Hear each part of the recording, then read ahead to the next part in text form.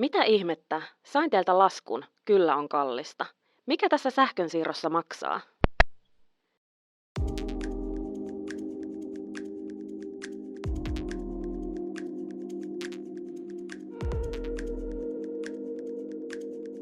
Tervetuloa Linjoja pitkin podcastin toisen kauden pariin.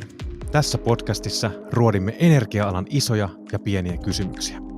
Olen Kimmo Ohtonen ja minulla on ilo toimia sarjan vetäjänä tälläkin kaudella. On muuten mukava olla täällä taas. Mikä siinä sähkönsiirrossa oikein maksaa? Entä miten aurinkosähköä tuotetaan? Mikä vihreä siirtymä oikein on ja paljon se nyt sitten maksaa? Näihin ja moniin muihin kysymyksiin etsimme vastauksia asiantuntijoiden voimin. Tänään aiheena on paljon puhutut sähkön siirtohinnat. Suomessa on 77 alueellista sähköverkkoyhtiötä ja vieraana meillä on verkkoyhtiö Järvi-Suomen Energian toimitusjohtaja Arto Nieminen ja omakotitaloasuja ja Järvi-Suomen energia-asiakas Toivo Venäläinen. Tervetuloa. Kiitos. Kiitos. Toivo, aloitetaanpa sun kanssa eka. Voitko vähän kertoa meille, että missä päin Suomea oikein asustelet? Asustelen Mikkelin kaupungin alueella entisen Anttolan kunnan puolella maaseudulla ja tästä on noin 20 kilometriä Mikkelin keskustaan matkaa. Eli jos katsot ikkunasta ulos, niin näkyykö siellä metsää, peltoja, järveä, kaunista Suomen luontoa? Pedin tuon verho eteen tuohon, mutta kyllä siellä metsää näkyy. En asu rannalla, vaikka vesistöjä on kyllä tässä ihan lähiseudulla, mutta keskellä metsää. Tosin lähimpään naapuriin on 100 metriä matkaa, mutta siinä on mettä välissä. Minkälainen asumismuoto ja lämmitysmuoto sulla on, että meneekö paljon sähköä ja tietenkin kiinnostavaa tietää, että miten tarkkaavaisesti seuraat teidän sähkönkulutusta? Mä seuraan sähkönkulutusta kuukausittain ja vuonna 2011 meille asennettiin etäluettava mittari, niin siitä viime syksyyn saakka meni keskimäärin 21 500 kilowattia vuodessa sähköä. Meillä on omakotitalo, jossa on pieni leivinuuni ja sähkökiukaan vieressä on puukiuas tuolla saunassa, että lämmitysmuoto on tällainen. Mutta sitten mulla on myöskin autotalli, jossa pidän peruslämmön. Se on niin kuin erillisenä tästä talosta, eli se vie tietysti jonkun verran sähköä, että sen takia tämä ei ole ihan verrannollinen normaaleihin omakotitaloihin. Suurin kulutus tämän 12 vuoden aikana, tuon etäluettavan mittarin aikana, on ollut 26 000 kilowattia vuodessa ja pienin on ollut vähän alle 20. Eli nyt liikutaan siellä alaviitteessä kyllä, jos on 20 000 noin, niin Joo. on ollut Eli mulla on reilu vuosi sitten kesäkuun alusta otettu käyttöön 20 aurinkopaneelia ja ne on nyt tuottanut tähän saakka 6300 kilowattia sähköä tämän reilun vuoden aikana. Tänä kesänä pikkusen ennen juhannusta asennettiin lämpöpumppu. Nämä investoinnit ihan sen takia tehty nyt, kun on tiedossa, että sähköhinta nousee. Mä juuri äsken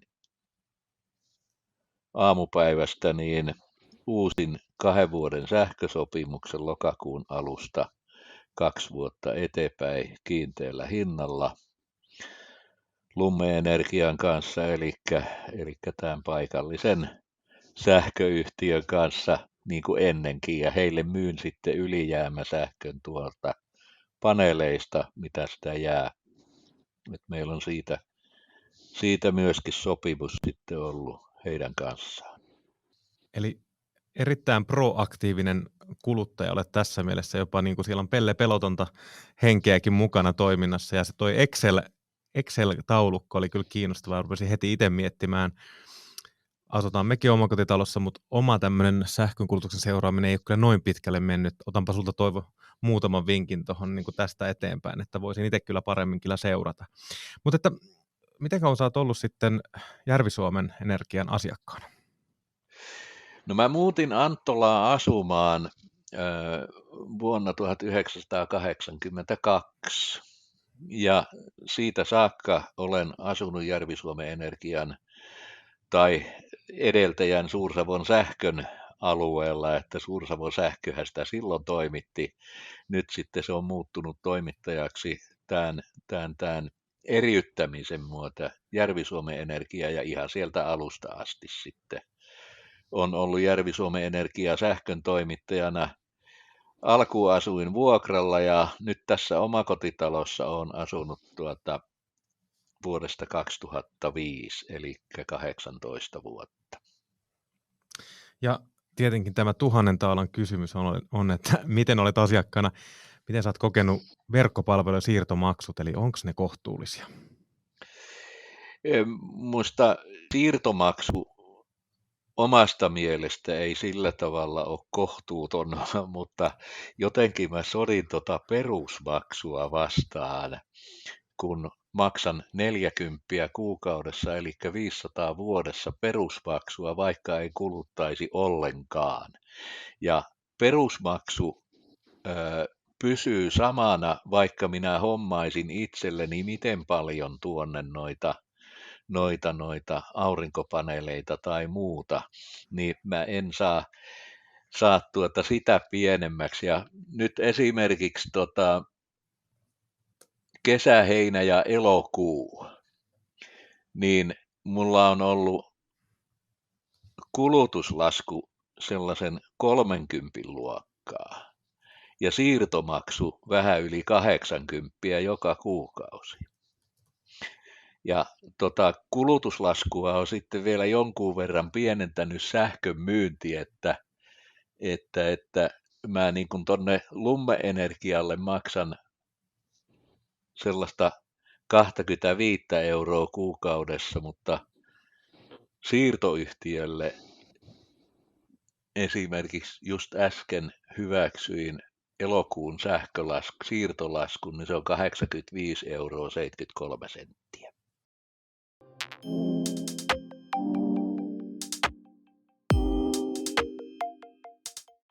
Arto Nieminen Järvi-Suomen Energiasta, eli mikä siinä sähkönsiirrossa nyt oikein maksaa? Joo, Toivolla oli erinomaisia niin kuin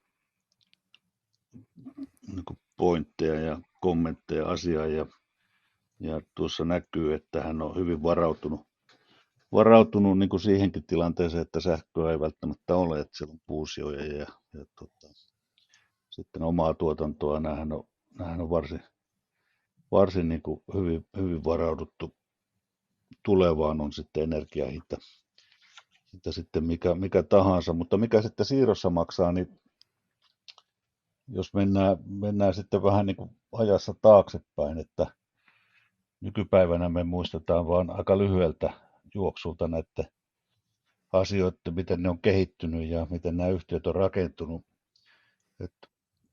Minäkin olen asunut elämästäni yli 30 vuotta niin kuin tämmöisen laadukkaamman asumisen alueella. Jotkut sanoivat sitä haja-asutusalueella asumiseksi, mutta se on myös laadukkaampaa asumista siellä vähän etämpänä toisesta. Ja Etelä-Savohan on maakunnista siitä aika kuuluisa, että täällä ihmiset ovat hajasijoittuneet mahdollisimman tehokkaasti, eli asutaan aika kaukana toisestaan. Toivokin sanoi, että naapuriin on 100 metriä, mutta välit on hyvät.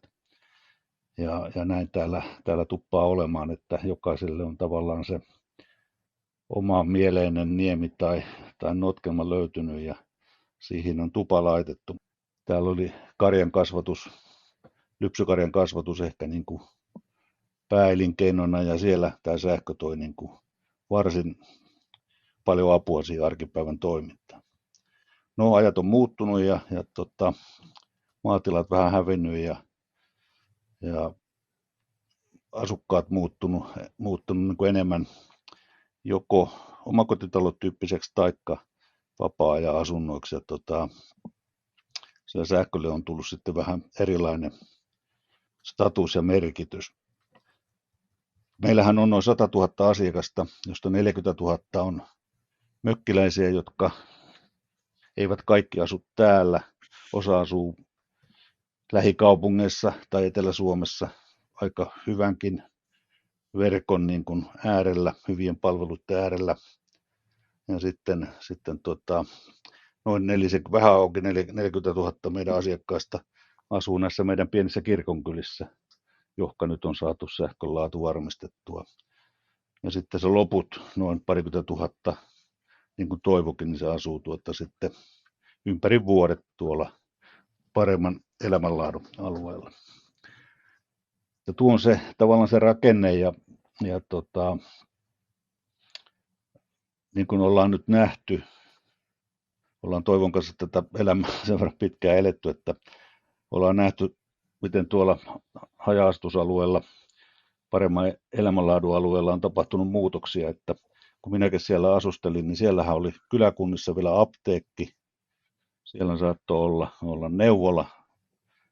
neuvola ja vähintään 2 kauppaa, osuuskauppa ja yksityinen kauppa ja koulu joka paikassa. Koulun nurkassa hyvänlaatuinen kirjasto, mistä ihmiset pystyvät lainaamaan kirjoja ja sivistämään itseään. Ja nyt kun me tarkastellaan näitä samoja alueita, niin siellä ei ole mitään näitä palveluita. Ja tällä mä vaan haluan kertoa sitä, että ei energiahuolto hirveän paljon niin kuin poikkea mistään näistä muistakaan palveluista, jota tänne paremman elämänlaadun alueelle toimitetaan. Väki kun siellä vähenee ja harvenee, niin tavallaan sille ylläpidolle täytyy maksaja löytyä.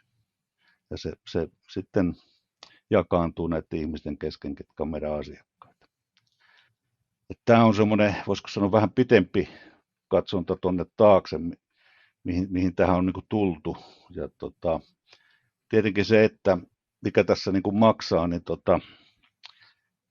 tässä voisi rumasti sanoa, että tässä maksaa se, että Hannu ja Tapani myrsky tuli tuossa reilu 10 vuotta sitten, joka nostatti sitten aikamoisen kohun tuolla Etelä-Suomessa, koska se osuu tiiviisti asutulle alueelle lähelle pääkaupunkiseutua ja Lounais-Suomea. Ja sen aikaiset päättäjät sitten päätti tiukentaa sähkömarkkinalakia ja asettaa meidän toimitusvarmuudelle laatuvaatimuksia. Ja sehän niin kuin suomeksi tarkoittaa sitä, että meidän pitäisi hyvin keskeytymätöntä sähköjakelua pystyä tuottamaan niin Toivolle kuin kaikille muillekin, jotka asuu tuolla niin taajamissa kuin haja-asutusalueella, ovat he sitten vakituisia asukkaita tai kesämökkiläisiä.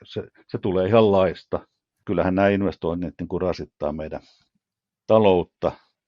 Me velkaannutaan joka vuosi noin 10 miljoonalla ja kaikki tulorahoitus käytetään sitten tuohon tekemiseen, että voi sanoa näin, että me niin kuin investoidaan puolet enemmän kuin mikä toi meidän verkon luontainen vanhenemisen tarve olisi, ja se tehdään nyt tämän lakipykälän mukaan. Tässä on vähän typerää niin kuin ruveta puhumaan noista kilometreistä ja tällaisista, mutta kumminkin meillä on tuommoinen lähes 28 000 kilometriä sähköverkkoa. Se tarkoittaa noin 280 metriä per meidän asiakas keskimäärin. Sillä perusmaksulla pidetään tämä sähköverkko turvallisena käytettävänä siellä haja-asutusalueella niinäkin kuukausina, kun esimerkiksi mökkiläiset eivät sitä käytä. Toivo, miltäs Arton hahmotelmat kuulostaa?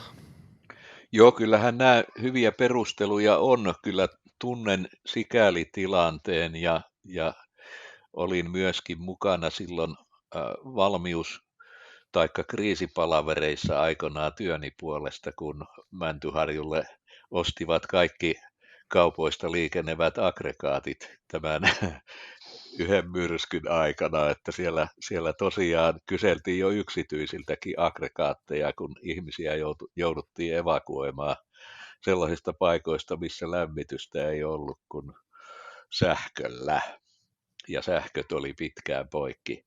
Oma tilanne on sellainen, että tämän 15 tai 18 vuoden aikana, mitä tässä olen asunut, niin pisin sähkökatko on ollut nyt 2 viikkoa sitten, kun se oli elokuun lopulla.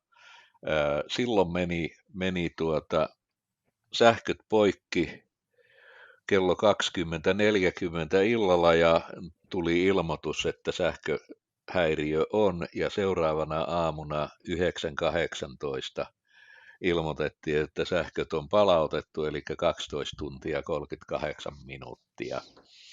Sitä ennen pisin sähkökatko mulla tämän 18 vuoden aikaa tässä on ollut noin 3,5 tuntia, että sähkön toimitusvarmuus on kyllä ollut ilman tätä lainsäädäntöäkin hyvä. Et siihen ei niinku mulla ole mitään kritisointia, että todella hyvin on itsellä ainakin toiminut tämä homma kaiken kaikkiaan.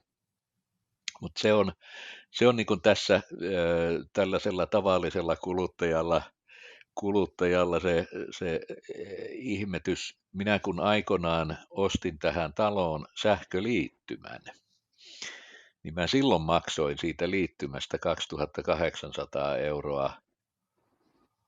Ja se näkyvä työ, mitä mulle tehtiin siinä, niin oli, että kun mä vedin oman sähkökaapelin ojassa tonne pylvään juurelle, niin sähköyhtiön ihmiset kävi kytkemässä sen kaapelin sinne pylvääseen kiinni, että siitä rupesi mulle sähkö tulemaan. Toki he toimittivat sitten sähkön mittalaitteen tuonne, että saavat laskuttaneen siitä.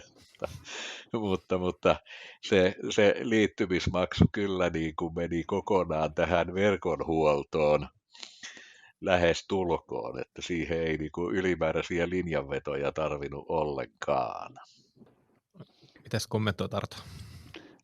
Joo, kyllä se tietenkin näin on, mutta sen jälkeen siirryttiin näihin vyöhykkeisiin, mutta mä muistan tuon ajan, olin silloinkin näissä hommissa, niin kyllä se tavallaan keskimääräinen rakentamiskustannus silloin sieltä otettiin, ja tämähän on saattanut aiheuttaa esimerkiksi muuntajan vaihdon ja tietyn tyyppisiä vahvistuksia siinä verkossa, mitkä ei niin kuin välttämättä eikä sinne asiakkaalle heti näy. Että kyllä me silloin noudatettiin tavallaan tämmöistä aiheuttamisperiaatetta, ja Toivo on sinällään niin kuin hyvässä asemassa, että hänellä on palautuskelpoinen liittymä, että hän saa sen rahan takaisin, että se on nyt niin kuin yhtiöllä lainassa, jos hän päättää luopua sähköliittymästään ja näin, niin se on palautuskelpoinen se tänä päivänä enää nämä liittymät ei ole että kyllä se näin on, mutta kyllä se silloin sen aikaisten hintojen mukaan oli tämmöinen aiheuttamisperiaate.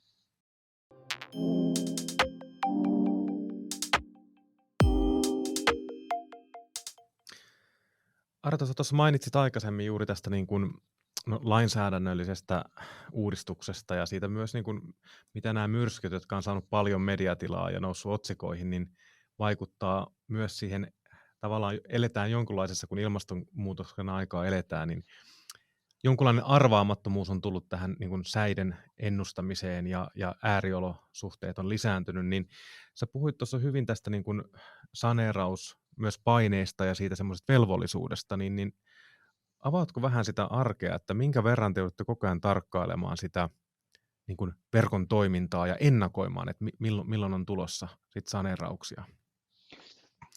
No tämähän on tosiaan siitä Hannusta ja Tapanista, niin tämä laki kun vähän terävöityi, niin mehän joudutaan tekemään suunnitelmat Energiavirastolle, jotka he tarkastaa, että noudatetaanko me sitä lainsäädäntöä, eli sinne tehdään 2 vuoden välein tarkistetaan niin kuin suunnitelma, miten meidän investoinnit niin kuin etenee ja sama on sitten tehdään myös tuolla verkon kunnossapitoon liittyvissä asioissa ja sitä tarkkaillaan sitä kautta. Eli viranomainen tekee sitä tehtävää, mikä laki on heille niin kuin asettanut.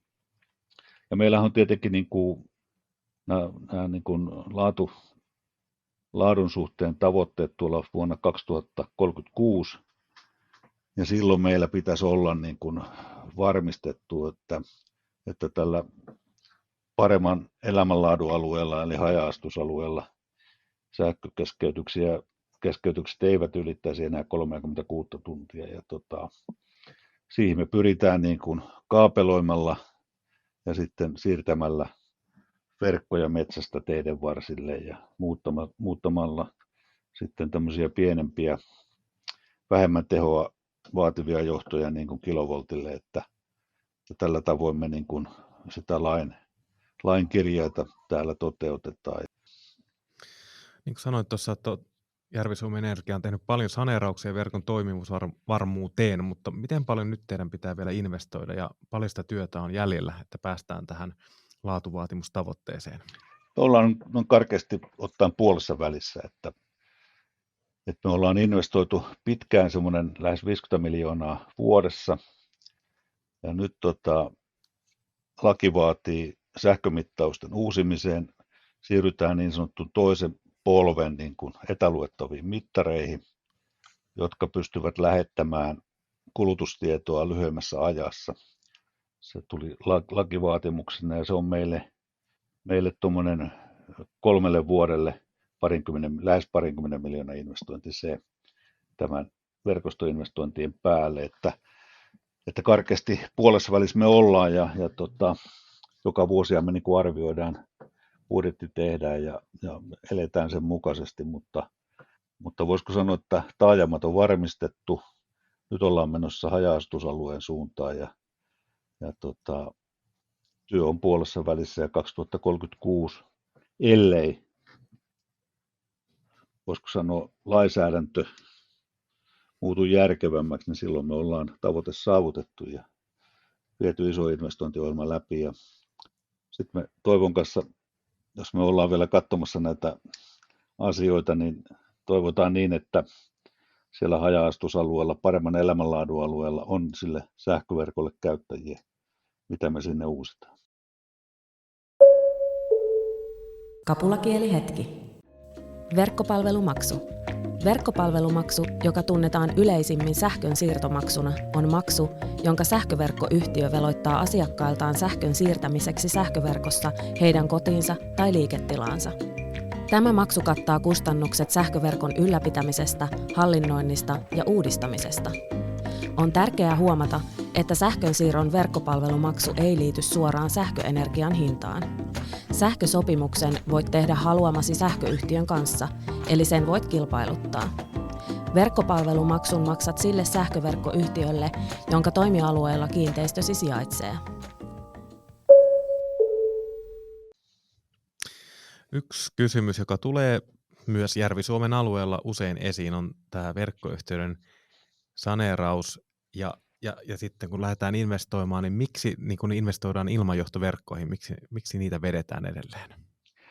Tämä on oikein hyvä kysymys ja päivittäin mulle tulee siitä suoraan mullekin kysymyksiä. Ja se on tavallaan niin, että kun ollaan tehty se suunnitelma, millä me edetään sinne vuoteen 2036, niin on mietitty niitä keinoja, millä me ei nyt sitten jouduttaisi ihan hirveisiin siirtohintojen korotuksiin. Me ollaan nyt jo Suomen kärkikasteessa aika monessa tariffissa ja jos ei me ollenkaan mietittäisi mitään muita keinoja kuin jatkuva maakaapelointi, niin meidän hintataso olisi vielä paljon korkeampi. Sitten kun me mennään tuonne alueelle, missä ihmisiä on harvalukuisemmin, eli vielä kauempana toisestaan kuin Toivo ja hänen naapurinsa, niin siellä se tehokkain tapa on siirtää ne tehot, mitä nämä asiakkaat käyttää, on ilmajohtoverkko. Ja siksi me siirretään sitä tuolta metsistä pois. Se on vanhenevaa verkkoa siellä tien varsille ja silloin se on toiselta puolelta jo niin kuin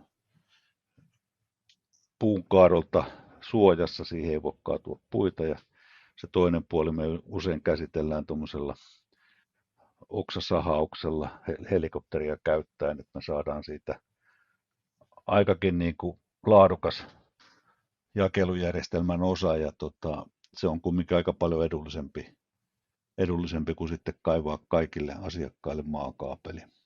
Ja sitä paitsi se on sitten myös helpommin pois purettavissa, jos jostain syystä ne kuluttajat sieltä sitten asiakkaat jonain päivänä lähtevät pois. Niin kuin tuossa ihan alussa sanoin, että Suomessa on verkkoyhtiöitä 77 ja niin kuin tapaa sanoa, Suomi on pitkä maa ja se on myös aika monivivahteinen maa täällä, niin kuin olet kuvailu, Arto, tuossa ympäristö on teillekin vähän, no tyypillistä Järvi-Suomea, mutta sitten kun mennään taas verrataan etelään, niin mehän ollaan aika luontaisesti me ihmiset kovia vertailemaan, ja sitten jos me ruvetaan katsoa, että miksi noilla tuolla on halvempaa ja homma toimii eri tavalla, niin tässä kun on kuunnellut teitä herrat, niin on jotenkin hyvin konkreettisesti auennut se, että Järvi-Suomen Energia toimii kuitenkin aika omintakeisella alueella, ja niin kuin sanoitte, että 40% on vielä kesämökkiläisiä, ei ympärivuotisia asukkaita omissa siellä pikkulokeroissaan asuu. Mutta kun nyt katsotaan tästä vähän eteenpäin, Toivo on tässä nyt osoittanut sellaista esimerkkiä, niin kuin sanoit Arto, sitä esimerkkikuluttajatoimintaa, kun tässä viime aikoinakin on aika paljon puhuttu siitä, että pitää kuluttajan olla aktiivinen ja ennakoida näitä muutoksia tai yrittää ennakoida niin kuin hyvin kuin voidaan. Niin, no lyhyesti, että Arto, minkä verran sulle tulee niin kuin kyselyitä tai semmoisia niin kuin tiedusteluita, että mitä mä voisin itse tehdä paremmin, jotta mä osaan ennakoida tai varautua, jos sähköhinta nousee, ja miten mä voisin jopa itse muuttua tämmöiseksi omavaraiseksi, niin kuin Toivo on aika monia askeleita ottanut jo eteenpäin siinä. Otetaan esimerkki, en tiedä Kimmo, asutko Helsingissä tai kumminkin pääkaupunkiseudulla. Sä olet siellä luotettavan sähkön parissa kaikkina arkipäivinä ja sulla ei ole koskaan sähkökeskeytyksiä, et sä edes mieti sitä, koska se on sulle niin päivittäistä. Ei siellä ole häiriöitä ja sitten se hintakin on vielä varmaan aika lailla kohdallaan. Sitten kun sä tuut tänne kauniille Saimaalle ja nautit täällä elämästä se, sit sä saat aika karun niin kuin siirtolaskun tai sähkölaskun. Sä ihmettelet, että miten tämä sama tuote maksaa täällä niin kuin enemmän kuin siellä kaupungissa. Ja tämä meidän ihmisten olisi ymmärrettävä, että ne olosuhteet, missä niitä tuotetaan, niin ne on toisenlaiset. Ja mä tuossa itse tein vähän vertailua kun näihin kysymyksiin joutuu vastaamaan, niin jos katsotaan tuossa niin kuin keskimääräisiä tuommoisia dataliittymiä, tämä on Ylen tekemää tutkimusta, niin tuommoinen keskihintainen dataliittymän kuukausimaksu on 35 € kuukaudessa. Ja meillä se on tuommoinen 37-38 € kuukaudessa, tuommoinen yleisin perusmaksu. Että tämä on, ihmiset ei enää puhu puheluiden tai dataliittymien hinnoista, ja ne ostavat hirveästi lisäpalveluita sitä kautta. Mutta kun se on vapaasti kilpailutettavissa, ihmiset voivat vaihtaa operaattoreita, mutta se hinta säilyy kohtuullisen samana. Mutta kun verkkoyhtiössä ollaan alueellisessa monopolissa, niin silloin tämä keskusteluttaa ja tämä on ymmärrettävää ja hyväksyttävää. Minusta silloin kun toimitaan monopolissa, niin meitä on syytäkin arvostella. Toivo, mitä sä kaipaat toimivalta verkkopalvelulta? Niin mitkä on ne tärkeimmät asiat sinulle henkilökohtaisesti? No kyllähän se tietysti tärkein on, että sähkö tulee tuolta langasta, eli verkkopalvelu toimii. Se on se perusasia. Sen jätin äsken mainitsematta tai unohdin mainita, että kyllä mullakin aggregaatti on täällä. Ja toisaalta sitten niin mulla on myöskin oma kaivo. Eli jos sähköt katkee, niin mä nostan kaivosta kannen ylös ja otan ämpärillä vettä. Eli vesihuolto toimii myös. Toivo, jos tulee jotain ongelmia, niin saako teille tulla vähäksi aikaa sitten kyläilemään tätä Kehä kolmosen läheisyydestä? Tervetuloa. Se on, että sehän on se nyyttikesti-periaate, että vieras tuo juomat mukana. Tämä on sovittu. Ja vettä ei tarvitse tuoda, sitä on paikan päällä. Mutta Artolle sen verran kysymystä, että tietysti kiinnostaa, niin kuin tiedät, niin olen näissä valmiusasioissa ollut ja muuta, niin minkä verran Suomen verkkoyhtiöt tekee yhteisvarastointia vai tekeekö näissä kriittisissä komponenteissa, koska on oletettavaa kuitenkin, että myrsky ei iske koko Suomeen yhtä aikaa, vaan että jos teillä on niin kuin yhteisvarastot, niin se, jonka alueelle myrsky iskee, niin se saisi sitten porukalta apua siinä komponenttien saannissa. No joo, tästä niin kuin Asta-myrskyaikaa, joka oli 2010 iso myrsky täällä, joka ei oikeastaan muualla päin Suomea näkynyt, kun se tapahtui tuossa kesälomien loputtua, niin sen jälkeen tästä keskusteltiin tavallaan tällaisesta pooliajattelusta. Mutta kyllä se vähän on näin, että ei semmoiset yhtiöt, millä on hyvin vähän tarvetta, ajatellaan vaikka kaupunkiyhtiötä, niin ei he lähde tämmöiseen oikein mukaan johtuen siitä, että he joutuisi maksamaan kumminkin sitten tämmöisen verkon kustannuksia, jolla on enemmän särkyvää ilmajohtoverkkoa ja sitä halukkuutta ehkä siihen ei niinkään löydy. Meillä on tiettyjä pooleja esimerkiksi niin kuin päämuuntajien osalta, että jos niin kuin joku vaikka niin kuin tuotantolaitoksen päämuuntaja hajoaisi, niin siihen olisi mahdollista sitten löytää sitten tuote jostakin sitten meidän kumppaneilta, mutta kyllä se näin on, että nuo tuotteet, mitkä niin kuin on aika kriittisiä, puhutaan sitten tämmöisistä isoista muuntajista nykyään niin kuin tuon maakaapelin lisääntyessä tarvitaan verkkoon tiettyjä kompensointilaitteita, niin näiden toimitusajat on tosiaan niin kuin yli 20 kuukautta ja ne on niin kalliita ne komponentit, että niitä ei oikeastaan kannata seisottaa varastossa, että ne happanee siellä, että kyllä niin kuin voisi sanoa tämmöistä verkonrakennustarviketta, sitä voi varastoida ja sitä annetaan joskus kavereillekin, jos niin kuin kaverin verkkoon sattuu pahasti, mutta voisiko sanoa tämmöiset, missä on jo sitten vähän enemmän tekniikkaa, niin niiden varastointi on huonoa ja niiden saatavuuskin on aika huonoa ja niiden hinnat on noussut tosi rajusti. Hienoa. Tämä on ollut todella mukava keskustelu ja itsellekin tämmöisenä peruskuluttajana, jolla kun toivoa kuuntelee, niin on paljon opittavaa vielä siitä, että miten voisi itsekin vähän seurata ja jopa säännöstellä sitä energian ja sähkön kulutusta. Mutta että kiitoksia teille herrat oikein hyvästä keskustelusta ja pidetään verkot kuumana. Kiitoksia. Joo, kiitoksia kaikille.